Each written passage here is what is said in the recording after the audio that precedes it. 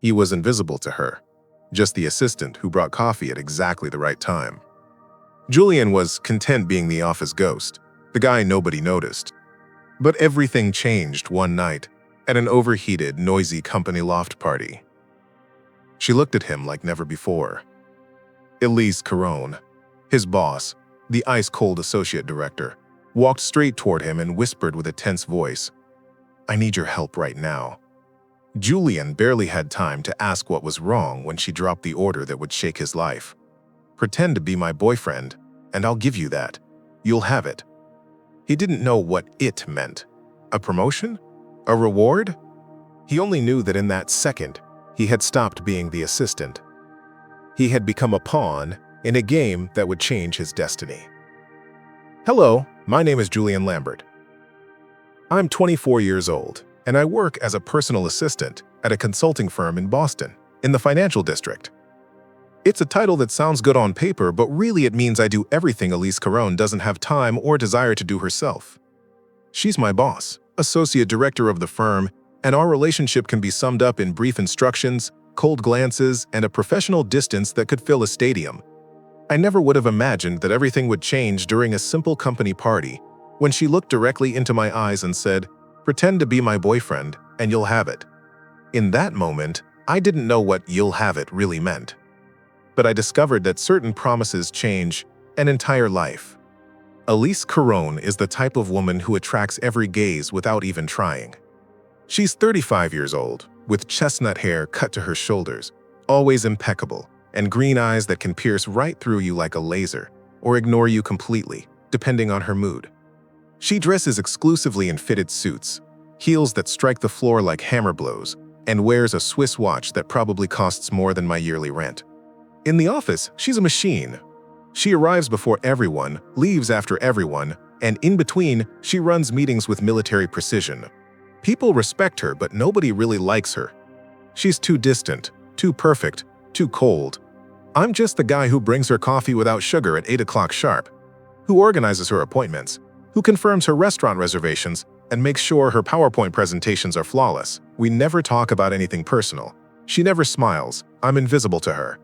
Or at least, that's what I thought. Our office is in a renovated building, all glass and steel on the inside despite the classic facade. My desk is in a noisy open space on the second floor, while she reigns from a corner office on the fifth with a view of the harbor. Between us, there are 3 floors, several zeros in our paychecks, and an entire world of difference. She comes from a high-society Boston family, graduated from Boston College and a prestigious business school. I come from a working-class neighborhood, have a master's degree in business administration from a public university, and share a 400-square-foot apartment with a roommate who plays electric guitar at midnight. Our lives only crossed in the strict framework of work, and that was fine. At least until that famous night. It was a Friday evening in June, and the company was hosting a cocktail party to celebrate signing a major contract with a German client. The event was held at a trendy loft in the Seaport district, with designer sofas, open bar, and a DJ playing unbearable house music. I had no desire to go, but my presence was strongly encouraged, which means mandatory. I put on my only decent shirt, black pants, and took the subway, trapped between tourists and exhausted commuters. When I arrived, the place was already packed. Colleagues laughing too loudly, bosses congratulating themselves, and waiters in black vests circulating with trays of champagne and ridiculous canapés. I headed to the bar, ordered a beer, and stationed myself in a corner to observe the scene, hoping I could leave without seeming rude. That's where I saw her. Elise was leaning against the bar, alone, with a glass of white wine in her hand. She wore a fitted black dress, simple and elegant, and for the first time she didn't seem so sure of herself. She was looking around with an expression I'd never seen on her face. Anxiety, maybe even fear. Then our eyes met. She squinted as if thinking, and suddenly headed toward me at a rapid pace. My heart raced. What had I done wrong? Had I forgotten something important? She stopped right in front of me, so close I could smell her perfume, something floral and expensive. "Julian," she said in a low, urgent voice, "I need your help right now." I looked at her, confused. "Miss Carón, what's wrong?" She glanced over her shoulder, then moved even closer. My ex-husband is here. He came with his new girlfriend, a 26-year-old, and he won't stop looking at me with that smug smile. I can't stand it. I had never heard Elise talk about her private life. I didn't even know she'd been married. Okay, I said slowly, but what can I do? She took a deep breath, and then she dropped the bomb. Pretend to be my boyfriend, just for tonight, and you'll have it. You'll have it. What did that mean? A promotion? A raise? I didn't have time to ask because she had already taken my hand and was dragging me toward the center of the room. Her palm was warm and slightly damp. She was nervous. Elise Carón, the ice woman, was nervous. We stopped near a group of senior executives and she snuggled against me, her arm wrapped around mine. See that man over there? The one with gray hair and the navy suit? She whispered. I followed her gaze and saw a man about 50 years old, tall, distinguished, with a young blonde hanging on his arm. That's him. Antonio, my ex. She squeezed my arm tighter. Act like we're together. Laugh, smile, touch me. My brain was in total panic, but my body reacted instinctively. I put my arm around her waist and pulled her toward me. She was smaller than I thought without her usual heels. I felt the warmth of her body against mine, and it caused a strange, almost electric effect. Like this? I asked. She lifted her eyes to me, and for the first time since I'd known her, she smiled at me. A real smile. Perfect, she said. Keep going. We spent the next 2 hours acting. Elise laughed at my jokes, even the stupidest ones. She touched my arm, my shoulder, my hand. She introduced me to people as my Julian, with fake but convincing pride, and I played along. I looked into her eyes, spoke in her ear to make her laugh, held her by the waist as if it were the most natural thing in the world. It was surreal. At one point, Antonio approached us. He had that condescending smile she described. Elise, he said in a syrupy tone. What a surprise to see you here. And with someone else. He looked me up and down, clearly unimpressed. Antonio, Elise responded with glacial calm. Yes, let me introduce you to Julian, my partner. The word partner floated in the air like a slap. Antonio frowned. Really? And since when? I felt Elise tense beside me. I decided to step in. A few months now, I said confidently. Elise prefers to keep her private life discreet, but I'm the luckiest man in the world. I looked at Elise and smiled at her, and she smiled back with a warmth that seemed almost real. Antonio opened his mouth, then closed it, muttered something about having to greet other people, and left. As soon as he was out of earshot, Elise burst into laughter. Real liberating laughter. My God, did you see his face? She laughed so hard she had tears in her eyes.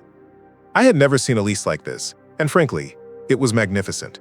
The party ended, and we left together into the Boston night.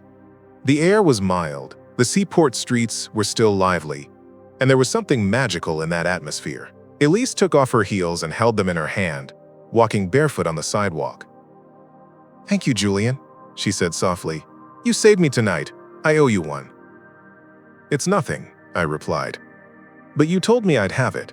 What does that mean exactly? She stopped and looked at me with a strange expression, between amusement and seriousness. Do you really want to know? Obviously. She bit her lower lip, hesitant. Then she said, Me, you'll have me. If you still want me after knowing who I really am. My heart stopped. What? I'm not just your cold, inaccessible boss, Julian. I'm a woman who built everything on control and perfection because I was afraid to show the slightest weakness. Tonight you saw me vulnerable, and you didn't judge me. You helped me without asking questions. That means something. She took a step toward me. So here's my offer. Get to know me, the real me. And if after that you still want to be with me, then I'll be yours completely. I was stunned. I didn't know what to say. Elise Carón, my boss, the woman I thought was an emotionless machine, had just opened a door to something I'd never imagined. Okay. I finally said, I want to know you. She smiled. A sweet, slightly sad smile. Good. Then start by inviting me to dinner. Not to an elegant restaurant. Something simple. A place you'd go with a friend. I really truly want to see your world, Julian, not mine. And that's how it all began. The following Monday at the office, Elise had returned to being the cold, professional associate director. But now there were moments when our gazes crossed, where she smiled at me discreetly, where she brushed my hand when passing me a file. These were small signs, almost imperceptible to others. But to me, they meant everything. Wednesday evening, I took her to a small tapas bar near my place in the North End, a spot with red checkered tablecloths, friendly but gruff waiters, and a wine list where bottles cost $10. Elise arrived in jeans and a sweater, without makeup, and she looked different, younger, more real. We sat at a corner table, and at first the conversation was a bit awkward. We didn't know how to behave with each other outside the professional setting. But after the first glass of wine, the barriers began to fall. My father was chief financial officer of a major bank, she began. My mother was a homemaker, but only because my father demanded it. In my family, you never show emotions. You don't cry. You don't complain. You succeed. She swirled her glass between her hands. I learned very early that love and vulnerability were weaknesses. So I focused on my career. I worked day and night. I sacrificed everything else, including my marriage. What happened with Antonio? I asked gently. We got married when I was 28. He was ambitious like me. We thought we were perfect for each other. But really, we were just two people who worked all the time and barely crossed paths. When I was promoted to associate director, he couldn't handle it. He wanted me to slow down, to focus on us. But I didn't know how to do that. I didn't know how to be anything other than a fighter. She lifted her eyes to me, and I saw deep sadness in her gaze. He left me 2 years ago, told me I'd become a stranger, that I'd lost my humanity. And the worst part is, he was right. I didn't know what to say. I simply reached out and took her hand. You haven't lost your humanity, Elise. You just hid it to protect yourself. She squeezed my hand. Maybe. But now I'm 35. I'm alone, and I wonder if I've built a prison around myself. I have a magnificent apartment in Beacon Hill, but I come home every night to deafening silence. I have money, prestige, power, but no one to share it with. It's pathetic. No, I said firmly, it's not pathetic, it's human. And right now, you're here with me, allowing yourself to be vulnerable. That's brave. She laughed softly. Brave. I'm terrified, Julian. Terrified that if I let my guard down completely, I'll fall apart. Terrified that you'll see who I really am and realize I'm not that special. Then let me tell you something, I said, leaning toward her. I don't think you're special because you're perfect. I think you're special because you're trying. Because you're sitting here in front of me telling me your story. That's what counts. We continued seeing each other outside of work. Twice a week we had dinner together. Sometimes in small restaurants, sometimes at her place, where she cooked simple but delicious meals for me. She told me about her strict childhood, her grueling studies, her first steps in the ruthless world of consulting. She told me about her childhood dream of being a writer, but that her father had told her it was a waste of time. She showed me a notebook full of poems she wrote in secret. Magnificent, melancholic texts that revealed a sensitivity she'd always hidden. For my part, I told her about my family, about my working-class parents who had pushed me to study so I could have a better life, about my doubts regarding my career, about my fears of never being good enough. She listened with complete attention and never judged me. On the contrary, she encouraged me. She told me I had potential, that I shouldn't underestimate myself. One evening we were at her place, sitting on her Italian leather sofa with glasses of wine in hand, and she asked me, Julian, why are you doing this? Why are you spending time with me? Because I want to, I replied simply. Because when I'm with you, I feel like I'm seeing something no one else sees. The real you. And I like what I see. She set down her glass and turned toward me, her green eyes fixed on mine. You know that if we do this, if we really become something, it's going to complicate our lives. People at the office will whisper. They'll say you're with me for your career, or that I'm taking advantage of my position. I don't care, I said. Let them talk. I'm not doing this for my career. I'm doing it because I care about you. You care about me? She repeated, as if she found it hard to believe. Yes, very much.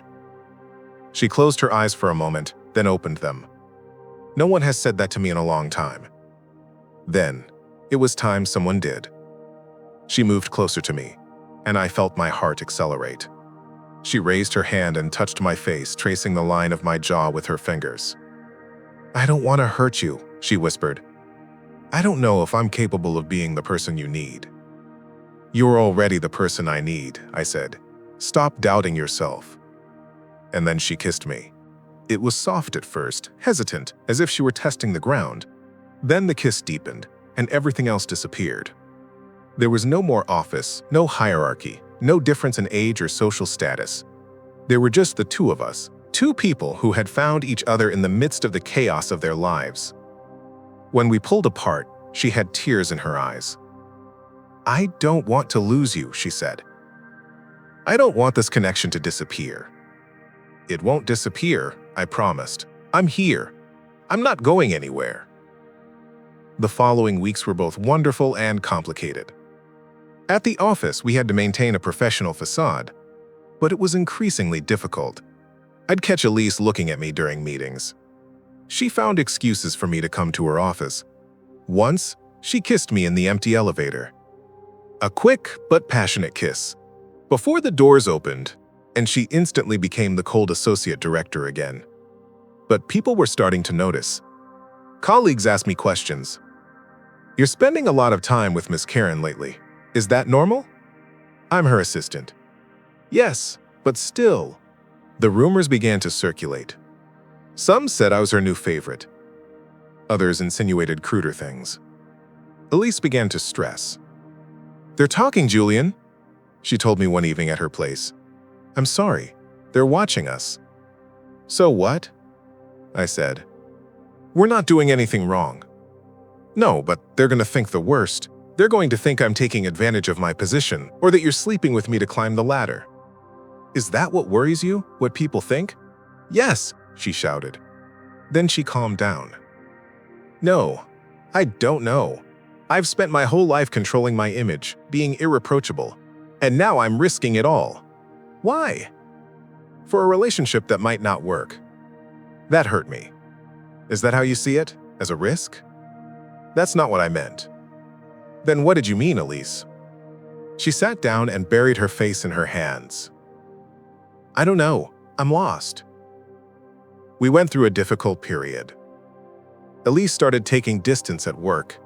She no longer smiled at me. She avoided eye contact. She canceled our dinners. I felt her building her walls again, and it broke my heart. I tried to talk to her, but she told me she needed time to think. Think about what? About us. About what I really want. You don't know what you want? No, Julian, I don't know. And that scares me. I went home that night completely dejected. I thought about quitting, about going far away so I wouldn't have to see her every day. But part of me refused to give up. Part of me still believed in what we'd built. Then, one Friday evening, 3 weeks after our last real conversation, there was a knock at my door. I opened it, and Elise was standing there in the hallway. She wore jeans, a simple t-shirt, and her hair was loose and disheveled. She looked exhausted. Elise, what are you doing here? I can't keep doing this, she said, her voice trembling. I can't keep pretending. I can't keep living, trying to control everything. She stepped into my apartment and closed the door behind her. I spent these last weeks trying to convince myself it was a mistake, that I had to protect my career, my image, everything I've built. But you know what? I don't care. She rummaged in her bag and pulled out a small box. My heart stopped. Julian, I know traditionally it's the man who does this, but you know I've never been traditional. She opened the box, revealing a simple gold ring. Julian Lambert, will you marry me? Not because it's what we're supposed to do, but because I want to spend the rest of my life with you. Because you're my partner, my best friend, my love. Because I can't imagine a single day without you anymore." I was speechless. Tears started rolling down my cheeks, and I laughed as I wiped them away. "Yes," I finally said. "Yes, 1,000 times yes." She slid the ring onto my finger, then I lifted her and spun her around in my arms. We laughed like children, euphoric and free. That night, in our small apartment, we celebrated our engagement with a bottle of cheap champagne and leftover pizza. It wasn't glamorous. It wasn't perfect. But it was us, and that was exactly what we wanted. We got married 6 months later in a small, intimate ceremony at City Hall, followed by a lunch at that same little tapas bar where we'd had our first real date. Only our families and closest friends were there, about 30 people in total. Elise wore a simple, elegant white dress. I wore a navy blue suit. We exchanged our vows, and when the justice of the peace said, "You may kiss the bride," I kissed her with all the love I had in me. People applauded, and I saw my mother crying with joy in the audience.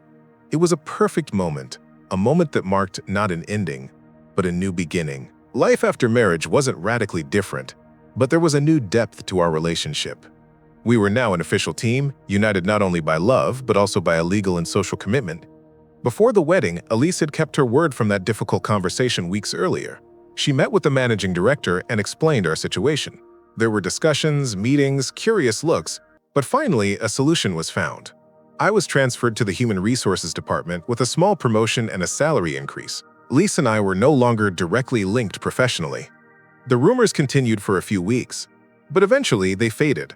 People found something else to talk about, and we continued building our relationship. We took our time. We learned to know each other outside the work context and the initial pressure. We traveled together, first a weekend up north, then a week in Italy. We cooked together, laughed together, argued and made up. We met each other's families, which was strange at first, but softened over time. My mother adored Elise, although she felt intimidated by her elegance. Elise's father was skeptical, but he ended up accepting that his daughter was happy. And that was all that mattered. 6 months after that first night at the party, Elise and I moved in together. Not to her large Beacon Hill apartment, but to a new place. A bright apartment in a central neighborhood that was ours. Not hers or mine, but ours. It was a fresh start. Elise began to slow down at work. She delegated more, took vacations, gave herself the right to live. And I found my place in the HR department, where I was thriving. I was finally no longer the invisible assistant. I was Julian Lambert, a man with a career, a life, and an extraordinary woman by his side. Elise finally published her poetry collection, and it was well received by critics. She started teaching writing workshops on weekends, sharing her passion with others. I continued climbing the ladder in my department, finding real satisfaction in my work. We bought a small apartment with a garden, a rare luxury in Boston, and we began talking about having children someday. Maybe not immediately, but eventually. There were challenges, of course.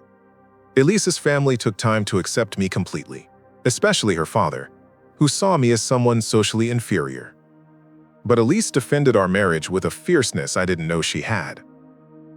"If you can't accept Julian, then you can't be part of my life," she told her father during a particularly tense family dinner. Her father eventually softened, slowly but surely, realizing that his daughter was happy for the first time in years, and that it was because of me. My own family welcomed Elise with open arms from the beginning. My mother considered her the daughter she never had, and my father appreciated her intelligence and frankness. We had our rituals. Every Sunday morning, we went to the local farmers market together. Elise chose artisanal cheeses while I bargained with the fruit vendor for better prices. We came home with bags full of fresh produce and spent the afternoon cooking together, often making a mess in the kitchen but laughing the whole time. In the evening, we settled on the couch with a bottle of wine and watched classic black and white films that Elise adored.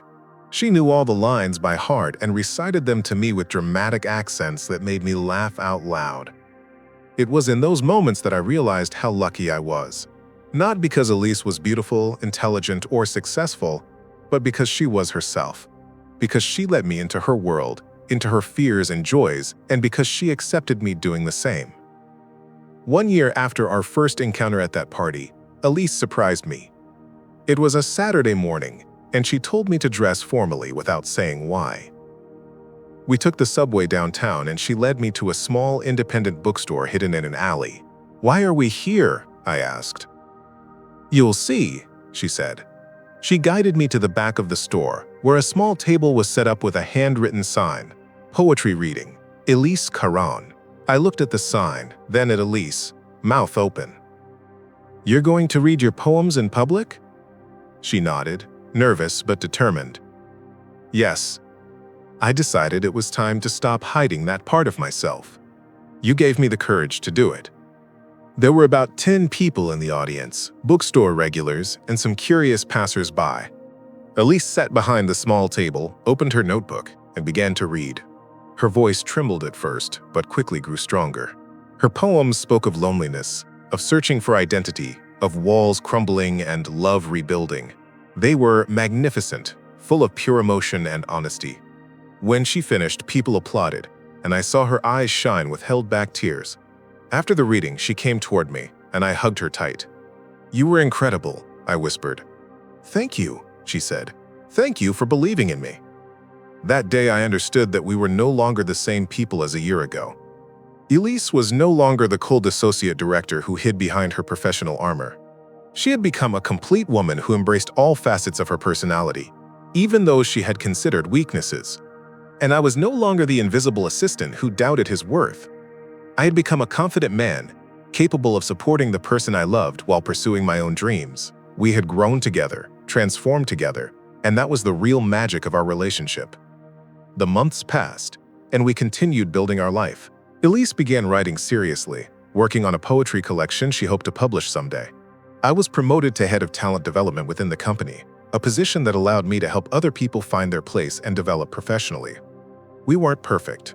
We had arguments, moments of frustration, days when we wondered if we were really made for each other. But each time we chose to stay, to communicate, to work on our problems instead of running away.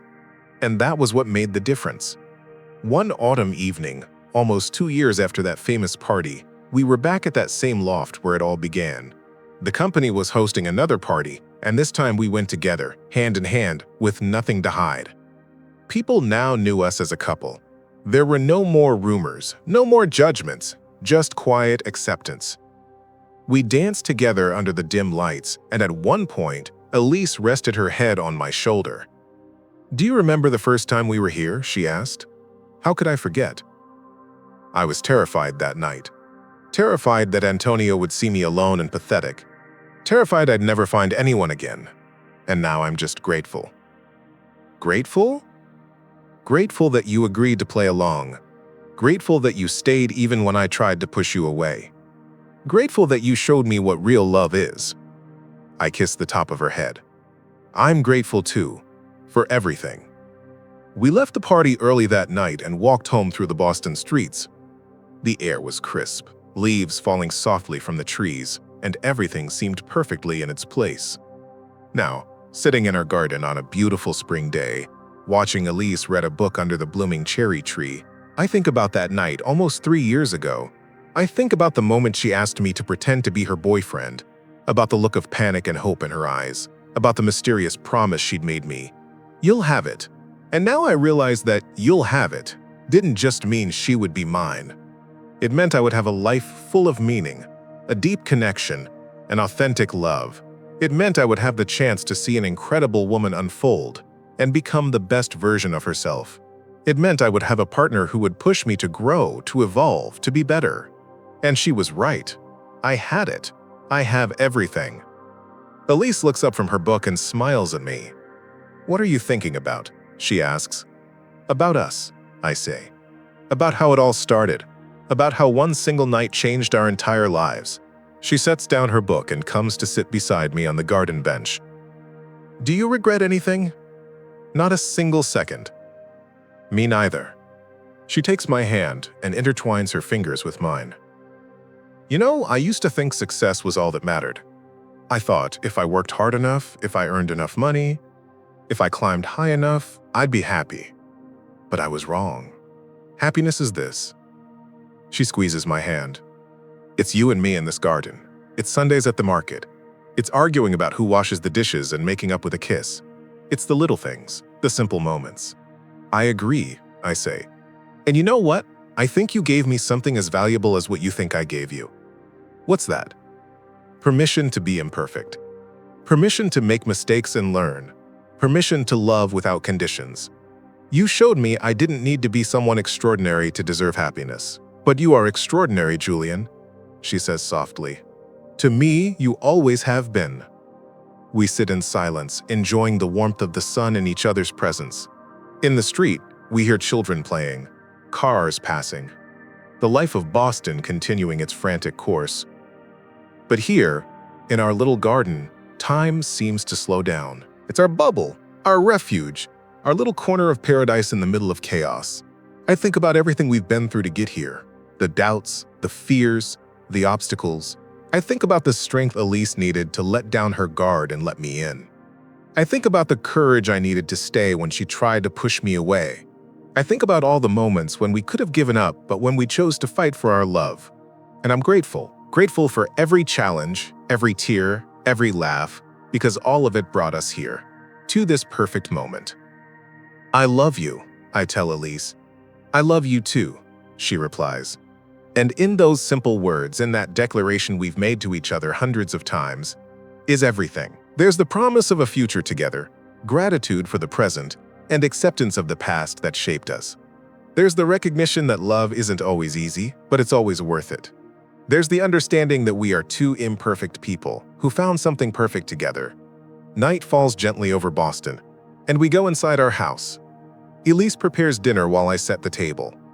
We move around the kitchen with an ease born of habit and love. We brush against each other, smile at each other, exchange knowing glances. It's our daily dance, our ritual of intimacy. After dinner, we settle on the couch, and she rests her head on my shoulder. Thank you, Julian, she whispers. For what? For accepting that night. For playing along, for giving me a chance. Thank you, I say, for offering me the best adventure of my life. And it's true.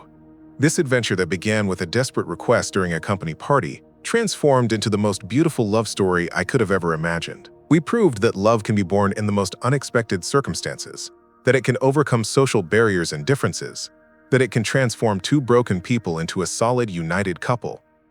Our story isn't a fairy tale. It's something more real, more profound, more lasting. A story of acceptance, of vulnerability, of growth, and of the conscious choice to love each other despite everything. And I wouldn't change it for anything in the world. If this story of love overcoming barriers moved you too, I invite you to subscribe to the channel so you don't miss more stories like this that we share every week. Stories of real people, real emotions, and love that transforms lives.